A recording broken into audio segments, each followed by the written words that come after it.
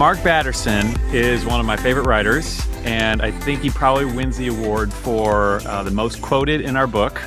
And he's written over 40 books himself, and so he, like anyone who refines their craft and has done it that much, like it just really shows in his writing.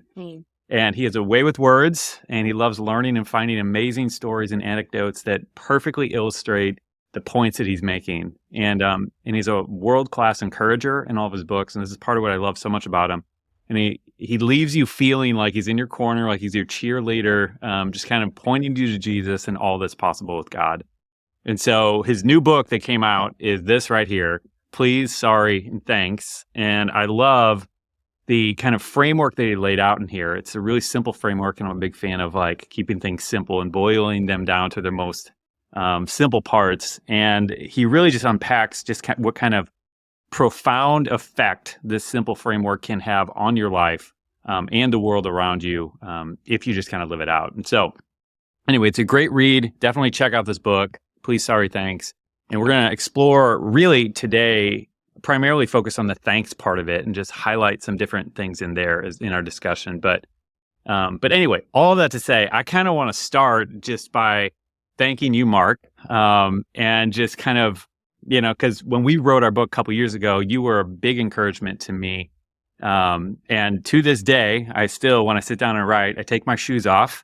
I still worship with the 26 letters on my keyboard. Come on. And I'm still thanking God every time a prayer is answered, with one of those books when it's moved out the door.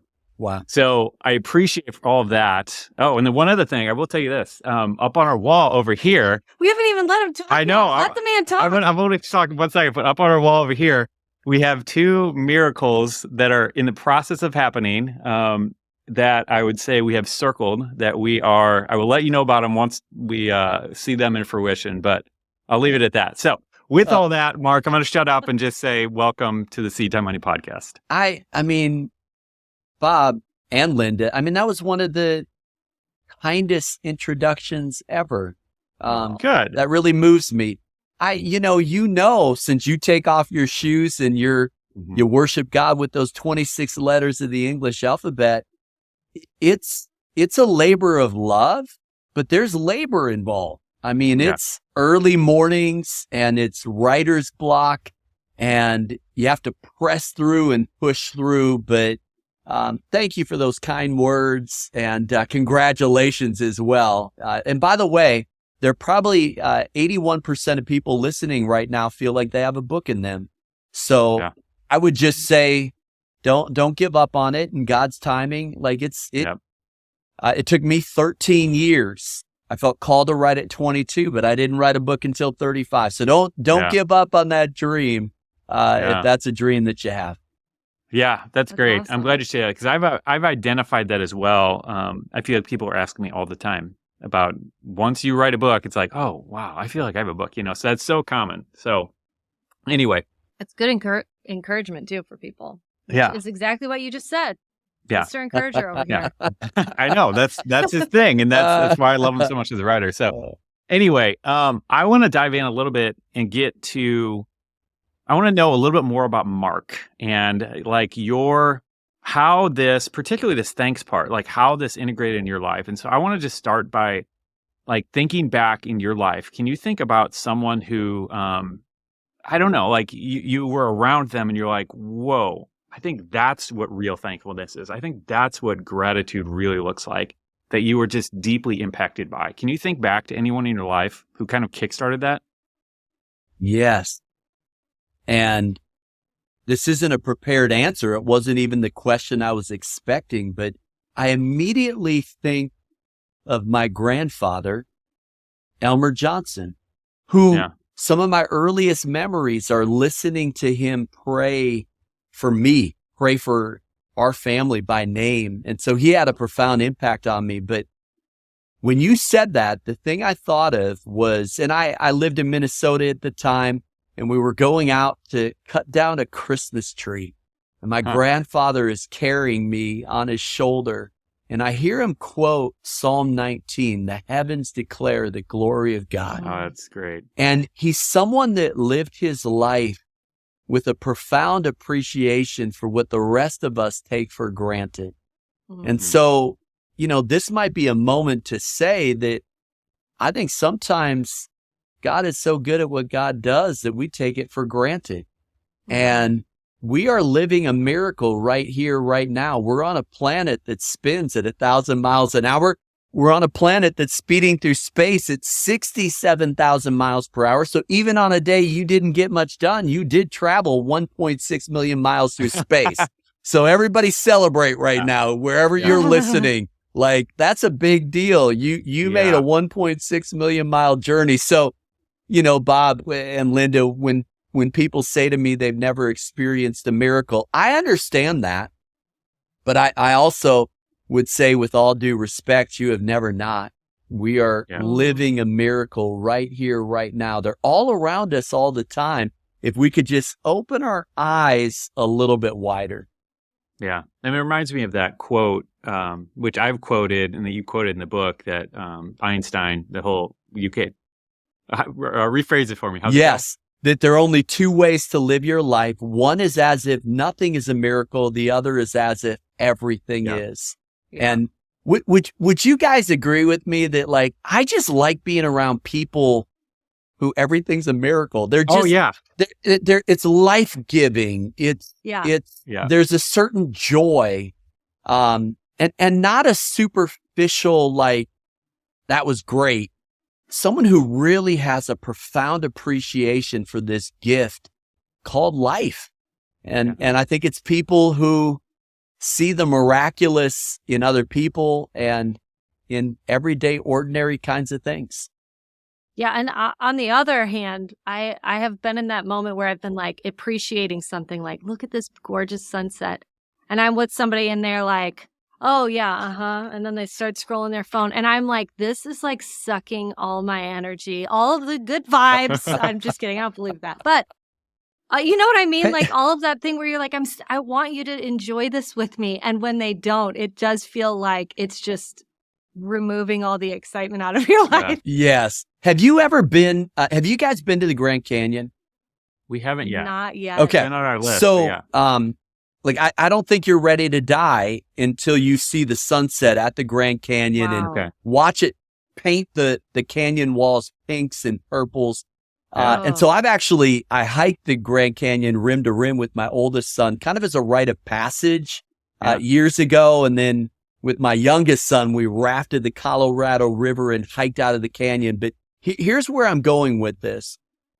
I was amazed how many people on the rim of the canyon were just glued to their phones. What? Yeah. Look at what's right in front of you. It's called the Grand Canyon for a reason. Like, and sometimes it's just kind of easy to miss the miraculous that's happening all around us. Yeah. Yeah. So true. Absolutely. All right. So I want to go back to, if you're willing to share, I would love to hear, if you haven't always been, because I feel like a lot of times for communicators like you and I, where some of the things that we're talking about are things that God has had to work through us, like we had to grow in them, and I'm just wondering if you go back to a point in your life where maybe you weren't very strong at gratitude or you weren't very thankful, like if you can identify, scale back, or find that point where you were maybe at your worst moment, what would you right now say to yourself then? Well, I'll pick a moment out of the hat, Bob, that when I was 30, actually on a Sunday morning, I was preaching a sermon at church. About 5 minutes into it, doubled over in pain, went to the doctor, sent me to the hospital. At 3:00 that morning, a surgeon walked in and said, we need to do emergency surgery. Your intestines have ruptured and sepsis has started to set in. I should have died. I was on a respirator for 2 days, lost 25 pounds in a week, had a colostomy for about 6 months, and then another surgery to reverse it. It was the hardest year of my life. It was, but I'll tell you this, when I went home after, I think it was 8 or 9 days in the hospital, I remember two things. I remember one, tucking my kids into bed and thinking they almost lost their dad. Like what a privilege to be able to tuck them into bed. And I would just stand in their room when they were sleeping and just marvel at, wow, I get to be a dad to my kids. Yeah. And then my wife, like I sleep next to her every night and have for about 30 years now. But if you aren't careful, you can take those things for granted and it just becomes like you don't even think about it. But there was something about that moment that flipped a switch for me. And I'll be honest, I'm a lot more grateful after than I was before that near-death experience. So, but here's the sad thing. It shouldn't take a near-death experience. It shouldn't take an exotic vacation. What it should take is a single breath. I mean, take one breath and you just inhaled 12.5 sextillion molecules. That's more molecules than all the sand on all the seashores on Earth with one breath. That's crazy. and then there's 25 trillion red blood cells, each of which has 260 million proteins called hemoglobin, which deliver oxygen to the cells of the body. Like, I geek out on this stuff because it's the reality of the miracle of what's happening, but we just don't think about it. But by the way, the reason why I appreciate breath is because I had asthma for 40 years. Yeah. And so I think I remember opening this Nantucket nectar, and remember it had the sayings on the bottle caps back in the day. And I remember this one that said, if every day was a good day, there would be no good days. In other words, you need a few bad days to appreciate the good days. Yeah. And there's something about that I think gives us a little different perspective on life. That's good. Yeah. And we wish it wasn't that true, but it just is. It is. Well, it is. Yeah. And I think, because so we had somebody else on the podcast a few months ago who had 4 near-death experiences, like significant near-death experiences, and he was probably 25 or 28, like young mid-20s. And I was just fascinated just talking to him, like, and in our conversation during the podcast and before and after, and just getting to know him a little bit, like his perspective on life was different than anyone else I've ever seen. And I assume that's part of it. Like, you can't help but see the world differently when you've been so close to not being in it anymore, you know? And anyway, and so I think that you're right. There's so many other points within our lives where, I don't know, I just like, and I know that Linda isn't always the biggest fan of this, but I like thinking about death in a way of just identifying I'm not going to be here forever, and really just trying to cherish every moment, because it helps me do that. It doesn't make me feel sad or down knowing that I'm going to die, or that my estimated lifespan, using one of those calculators online or something. Yes. Like it gives me more appreciation for every moment and really helps me live in the moment more. Yeah. But, well, Linda's probably a little bit more sane than you and I, Bob, but I'm kind of cut from the same cloth. But we're keeping it real. So in the last 5 years, my wife has fought 2 battles with breast cancer. Wow. And we were fortunate to catch it early, and we're on the other side of both of those, but both of those were sucker punches. And you come face to face with your mortality. But I would say that we walked away from those experiences more committed than ever to squeeze the juice out of life, to enjoy the journey. In fact, one of the things that we did, and my wife, man, changed her diet in a way that she's probably healthier than she's ever been. We realized that sleep is something we need to steward, that it's a big deal.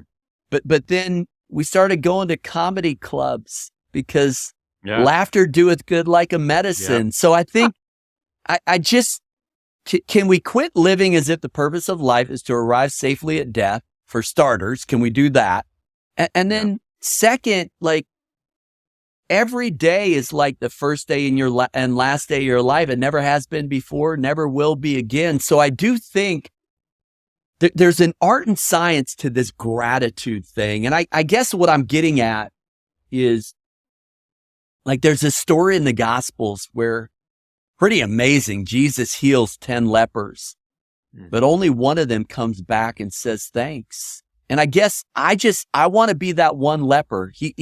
That's one of my heroes, that I want to be the guy that always comes back and says thanks. And so you got to be really good at counting your blessings. And then the way that my wife and I live our lives, one of our mantras is flip the blessing.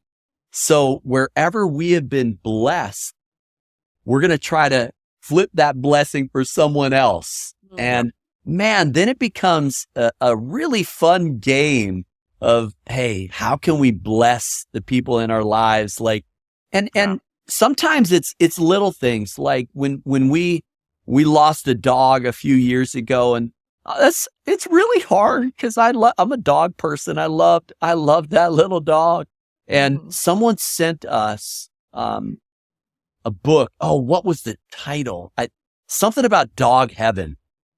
Oh yeah. And you guys, it just blessed us. It's like it just helped us like grieve a little bit for our sweet puppy dog. Yeah.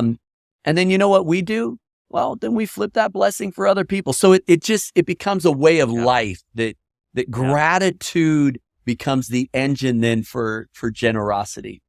Yeah. Well, yeah, and that's all from 2 Corinthians 9:8. You know what I mean? It's like God is giving us that blessing so that we have more to share with others and be a blessing to other people.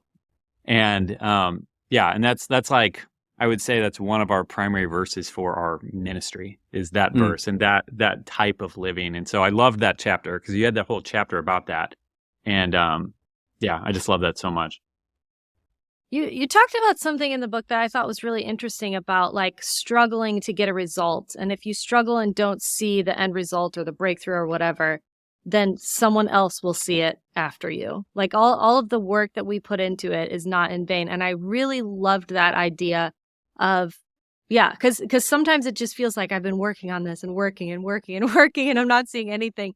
But like paving the path so that other people will see it. Like it's a John the Baptist type of idea, right? Where you're paving a way he was paving a way for Jesus, for people to be ready to hear him speak. Yeah. I really loved that idea. And also the idea of being grateful for the people who have paved the way for your breakthrough that is already there. Yeah. I mean, in Romans 16, how many people does Paul thank? I'm trying to remember. Is it like 39 people or something like that? Oh, really? But all of us, there are people that made sacrifices. In fact, right at the top of the list probably would be a mom and dad. And it's not until you have kids that you really begin to appreciate some of those sacrifices. By the way, the word diapers spelled backwards is repaid. I'm just throwing that out there for the good of the whole. And I think, Linda, I hope and pray that the sacrifices that I make translate into someone else's success. And part of it is that I feel like legacy is not what you accomplish. Legacy is what others accomplish because of you. So at the end of the day, success is succession. It's about adding value to other people, setting other people up. And I'm keenly aware that, I've had the joy of leading one church for 27 years, and we started young enough. I mean, should the Lord be gracious enough, we could get 50 years into this thing. Yeah. But I'm still an interim pastor. And I'm an under shepherd. So I think we got to keep all of those things in perspective, that God is always writing a bigger story, always writing a better story. And for that, we're grateful. All right. So I have a question for you. And this is, a little bit of a tangent, but I do think it's tied together. Because you've watched God do these big miracles, in your church. I think as an author, you've had a ton of success. by pretty much everyone's definition. How have you handled that success personally in terms of keeping your heart in the right posture with God, in terms of staying in a thankful place, not taking it for granted, not letting it go to your head and just play? Because I know that is not an easy thing to do. And I'm just curious if you have wisdom to share on that. Mm-hmm. Well, we have a core value.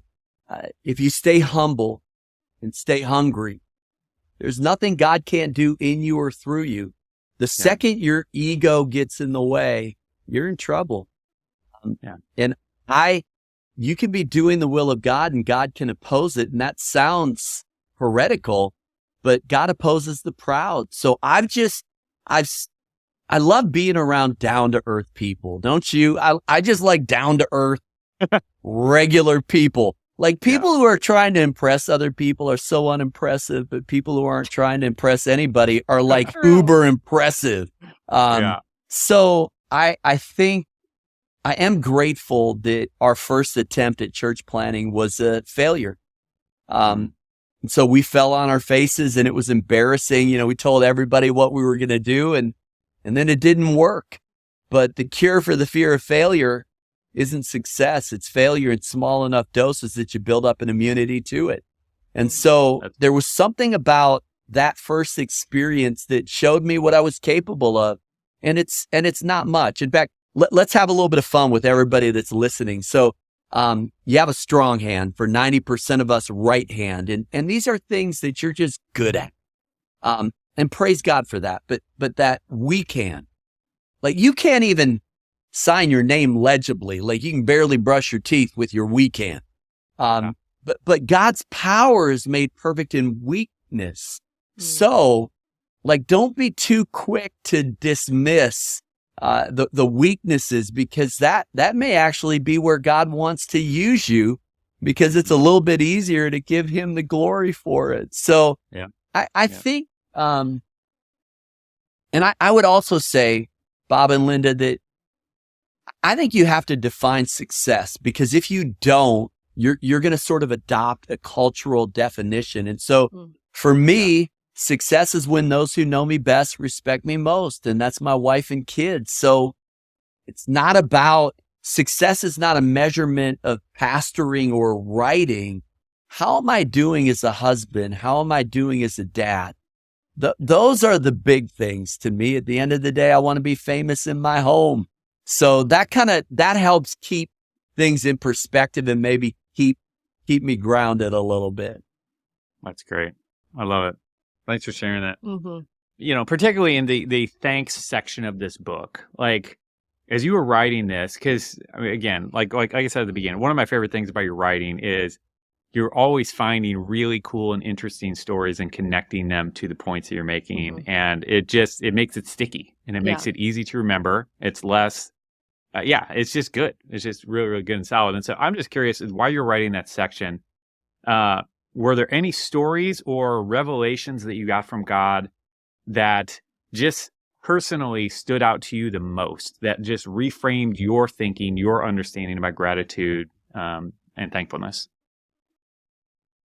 When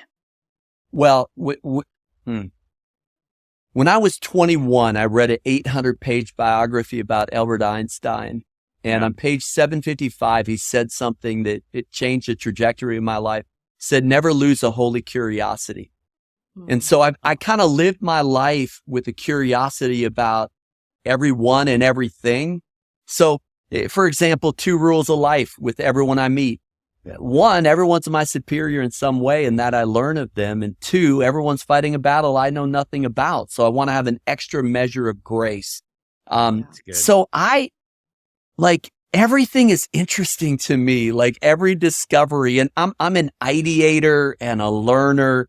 So, but I'll just pull one thing out of my back pocket. Like, you know how the great commandment, love God, heart, soul, mind, and strength. Well, how do you love God with all of your strength? Well, then I read something that each one of us has, not just a unique fingerprint, voice print, eye print, but a unique sweat print. that the 373 chemical compounds in your sweat combine in a unique way that you smell different than anybody else. Now, that may sound weird, and it kind of is.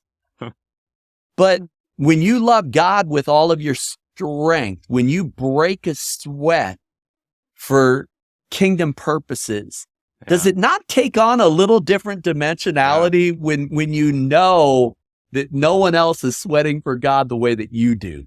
And so I guess the way I'm wired is any and every book I write, like, I like reading books that tell me something I don't know. So I want to write books that maybe turn the kaleidoscope a little bit and maybe help us see the ordinary in a little bit different way. So long answer, convoluted answer to a good question. No, that's good. That's good. So I was reading it, and one of the things that stood out to me was in the beginning. This might even be, I guess this is in explaining the, introduction. Oh no, this is in the introduction. Okay. So it says about 15%. Okay, Dale, this is Dale Carnegie speaking. Do you know what I'm saying? Yep. Already? Yep. 15% of one's financial success is due to one's technical knowledge, and about 85% is due to skill in human engineering. Tell us more. Well, explain what that means to you.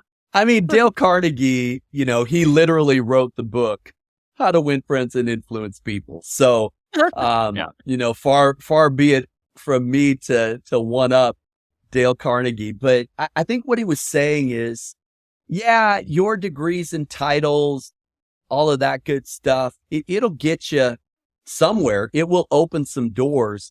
Mm-hmm. But I really believe that the greatest predictor of success in life and love, in relationship, is please, sorry, and thanks. That if you're good at those three things, you're good to go. And so, but it's more emotional intelligence. So Daniel Goleman would say, like 80% of the factors that lead to success are not intelligence quotient. It's more emotional intelligence. And so, this was kind of fun. A few years ago, I was speaking at a gathering of pastors in the UK, and I spoke right after the Archbishop of Canterbury, which was kind of intimidating because, like, if you're the Archbishop of Canterbury, that's pretty fancy. Like, the title. I mean, you got the title, you got the clergy garb, and I mean, let's be honest, I'm pretty low church and pretty low key. And so I literally, I'm speaking right after the Archbishop, and then he drops this line. He literally says, emotional intelligence is a wonderful adjunct faculty to the gifts of the Spirit. Like, it took me 10 minutes to even decipher what that meant. And I think what he was saying is, like, the gifts of the Spirit are great, but we could probably use them with a little bit more emotional intelligence, and we would probably get a little bit further. And so this idea that, man, people skills and just empathy for other people and just looking people in the eye and just showing them respect, and just the image of God in me greets the image of God in you. And how can I add value to your life? And it's not about me. Like, those are things that, man, we just live in a cultural moment where what in the world is going on? Because everybody is blaming everybody else for almost everything. And I just don't think that's going to solve our problems or get us where we need to go. So I think a rising tide of please, sorry, and thanks would at least be a starting point. And if we could cultivate that art and science, I really believe that's what opens doors, mends fences, builds bridges. And so, Yep. It's interesting because this is something I'm really trying to drill into my kids right now. We have 4, almost 6, and a 9-year-old. And I say, who threw this on the ground? And all 3 of them go, not me. It wasn't me. It wasn't me. And then we finally get down to it, and it was one of them, of course, because I'm like, I didn't throw that on the ground. Neither did your dad. So it was obviously one of you. And I'm like, this escalates into a problem. If you don't say, I'm sorry, it was me, I'll take care of it. That's it. Like, it's no big deal. Interesting how it's just no apologize. big deal if you just admit to doing something you shouldn't have done, apologize, and move on with the day. But it just comes to this point of escalation where it's like, we're all screaming and, it's really interesting, but it's like just a simple, just take responsibility for the thing that you messed up in. Yep. And then move on with your life. And Yep. I mean, I was even talking to a friend who she worked at a store that was several levels tall, and she left the water running on the top level all night long. And it didn't flood the entire building, but it was like it came down the elevator and down the staircase. I mean, it was not good. And she walks in the next day and she's like, that was definitely me. But one of her coworkers said, just lie. Just lie. Just don't tell them it was you. And she kind of laughed her off. She was like, why would I tell them it wasn't me? I was the last person here. Like, there's security cameras everywhere. You know what I mean? But it's like, she actually saved her job because she admitted that she did something wrong and tried to do what she could to make it right. I mean, this is where the stakes are a little bit higher than my, 3-year-old throwing his candy wrapper on the ground.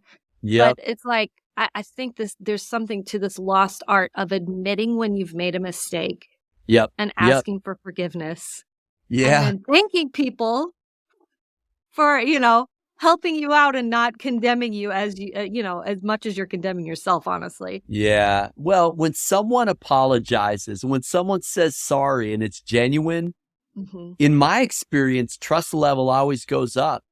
Like, cause we all assume we're all going to make mistakes. We're going to do dumb stuff. We're going to say things we regret. Yeah. It's how you handle it that's the differentiator. And so Absolutely. I feel like this might be a moment just to speak a little bit of encouragement to parents. And I know this isn't like exclusively a parenting podcast, but we beat ourselves up and we'll get a lot of things wrong. But one of the things I always tell parents, and we have 3 kids in their 20s now, so I feel like we've been around the block a time or two. Yeah, you made it. And one of the things that I always try to say is you're going to make a lot of mistakes, but that's good news, because how are your kids going to learn how to apologize if they don't learn it from you? So this may be your greatest teaching opportunity. Your mistakes actually set the stage for you to teach your kids one of the most important lessons they'll ever learn. And so, parents, this is hard work, but let's simplify it a little bit. Like, really, if I can teach my kids to be good at please, sorry, and thanks, these, what my mom and dad called the 3 magic words, like, let's not overcomplicate it. And oh, by the way, and then when you mess something up, and my wife would be fine with this because we both see the same counselor kind of off and on and have for years. Because everybody needs a counselor in my experience for something at some point. So we were talking to the counselor and saying, but what if we mess up our kids? This is many years ago when our kids were younger, like, but we're going to mess them up. What if we mess them up? And the counselor just didn't even skip a beat and said, give them my number. No, it's like, hey, we all need a little bit of help. So, at the end of the day, if we can be good at these 3 things, I think we're going to be in pretty good shape. Yeah. That's so good. That's good. I love that. All right. Anything else? No, that's great. I appreciate you taking the time, Mark, I know. coming to share. So people can find the book. Please, sorry, thanks. Everywhere, of course. Everywhere. Books are sold, right? Is there anywhere that people can find you? Are you active on social media or anything where people can find more about Mark? I am. I try not to be overactive, if you know what I mean. Yes. But I am. Same here. Instagram, Twitter, and Facebook at Mark Batterson, and then markbatterson.com. And, you can read a sample chapter of the book, and there's a few value adds and some freebies and things that we, awesome. like to offer for free. So, what a joy. Hey, Bob and Linda, you guys are just, you're salt of the earth. I love it. Thank you. Hopefully we fit in that category. So That's awesome. that's good. I appreciate you coming Yeah, on. thank you Appreciate so the much. conversation. And thanks Thank again. you. Thanks.